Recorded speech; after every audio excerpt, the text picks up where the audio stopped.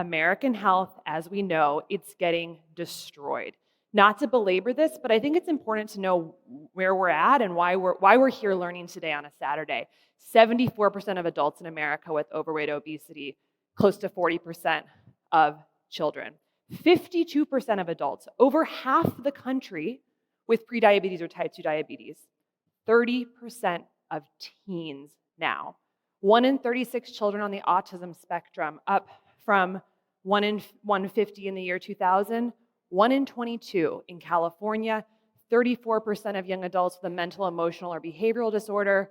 Incidence of early onset cancers have increased almost 80% in recent years. 1 in 2 Americans predicted to get cancer in their lifetimes. Autoimmune diseases rising rapidly, by some scientific reports rising 3 to 12% annually. 20 to 25% of women on an antidepressant medication. Early onset dementia under 65 has tripled since 2013. American girls starting puberty earlier than any other continent in the world. Infertility rates rising 1% a year, sperm count going down 1% per year. We have the highest infant and maternal mortality rate of all high-income countries. We're seeing a sustained decline in U.S. life expectancy for the past 3 years. 18% of teens with fatty liver disease, 77% of young Americans not able to qualify for military service due to obesity, metabolic issues, or mental health issues, or addiction. It's all going up from here, I promise. But we're gonna get to the good part. We can fix this. And then you've probably seen this chart, life expectancy versus health expenditures. So the US is that lower line. We spend twice as much as every other country in the world, and our life expectancy is the lowest of all high-income countries. And what the science is telling us, which is actually the good news, is that this is not like we have 50 different issues that are all mysteriously going up at once. What the science is telling us is that all of these chronic diseases are tied to this concept of metabolic health, cardiometabolic health, which is fundamentally the way our cells power themselves, the way our trillions and trillions of cells create energy to do all the work they need to do.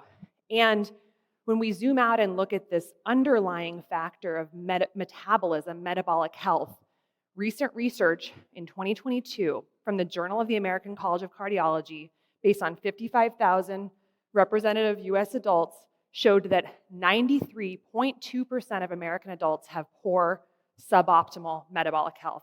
Only 6.8% of American adults now have this optimal energy-producing pathways in their body. So that is underlying really all the chronic disease that we're seeing. And a question that you will be able to answer by the end of this talk is, are you in that 6.8%? This is the most important thing we can know about our health, because if we do have good metabolic health, we slash our risk for all the issues that we saw on the prior 2 slides. And the great news is that no matter where you stand on your metabolic health today, we can all improve it, and we can improve it quickly. So, some good news. So just to recap that, when you look at the physiology of the diseases that are torturing and shortening American lives today, what we're seeing is that there's a trunk of the tree. We know what that trunk is, and it's modifiable, and that's metabolic dysfunction. And beneath metabolic dysfunction, there's some sort of more cellular technical stuff going on: oxidative stress, chronic inflammation, mitochondrial dysfunction. You remember mitochondria from high school biology, powerhouse of the cell.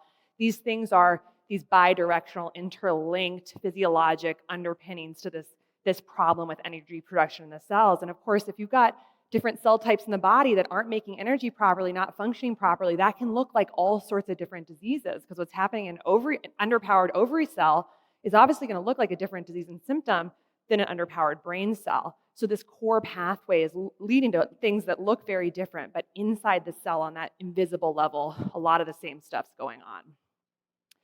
And it's important to think of metabolism not as, a part of health, but actually as the foundation of health, the really base of the pyramid, because it's the gas to the car.